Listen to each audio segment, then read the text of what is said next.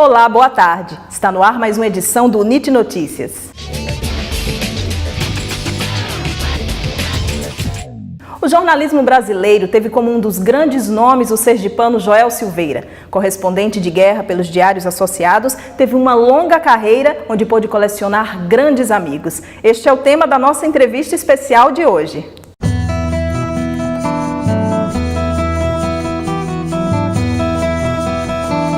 O jornalista e escritor carioca Zé Wigvelder é um dos grandes nomes do jornalismo no país.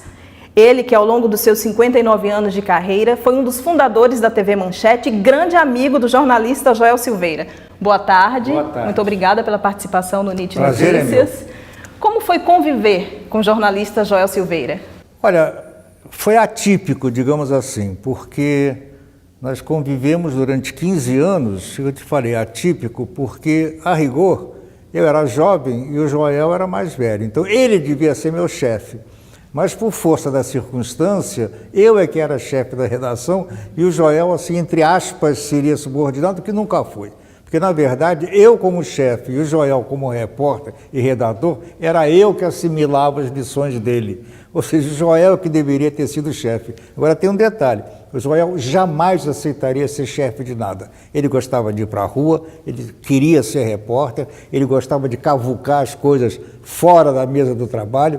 Inclusive, eu já tinha até um certo conluio com ele, nós trabalhamos juntos durante 15 anos. E o meu conluio com ele, cada vez que aparecia uma reportagem que tivesse que mandar alguém para fora do Rio, eu já pegava, o Joel ficava feliz, porque eu mandava o Joel. E assim, mandei o Joel para fazer muitas coisas pelo Brasil afora, percorreu o Brasil inteiro fazendo coisas. Mandei o Joel para o exterior, uma ou duas vezes, e fora o nosso convívio profissional, nós tínhamos um belíssimo convívio social também. Quer dizer, a gente já se via de segunda a sexta na redação e o sábado ou domingo eu estava na casa dele. E nós estreitamos assim, uma amizade muito forte, muito fraternal, e o Joel é padrinho dos meus dois filhos. Quando o Joel veio trabalhar comigo, ele já era um nome consagrado. Eu estou te dizendo, por circunstâncias atípicas, eu era chefe da redação. Mas perto do Joel não era ninguém. O Joel era um grande nome e eu era um executivo de redação. E com o nosso convívio, com o trabalho do Joel na revista, aconteceu, por exemplo, eu me lembro que uma ocasião mandei o Joel para fazer uma reportagem em Israel. E aí aconteceu uma coisa curiosa. Olha só como o Joel tinha sensibilidade para tirar as coisas.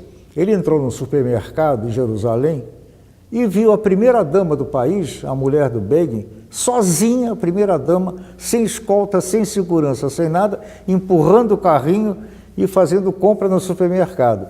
E o Joel saiu com a matéria, assim, a primeira-dama no supermercado. E foi uma matéria deliciosa.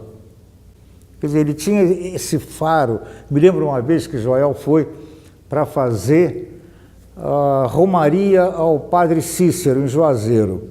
Eu te digo, duvido que um sociólogo tivesse analisado melhor aquela multidão lá no Juazeiro, melhor do que o Joel analisou. E realmente o texto dele, sabe o que é?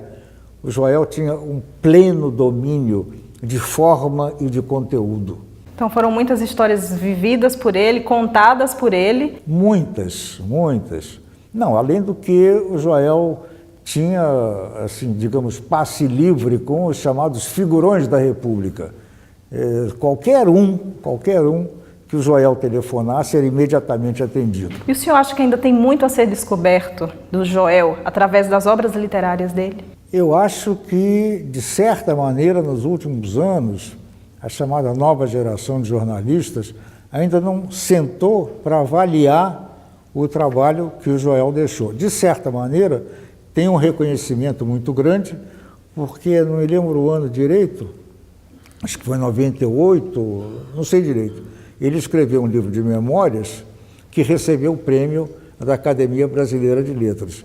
Ou seja, ainda há muito que ele escreveu, muito a ser pesquisado, e eu acho, inclusive, que ele está merecendo assim, uma grande biografia. Muito obrigada pela sua participação no nosso programa. Eu que agradeço. O NIT Notícias fica por aqui. Uma boa tarde e até segunda.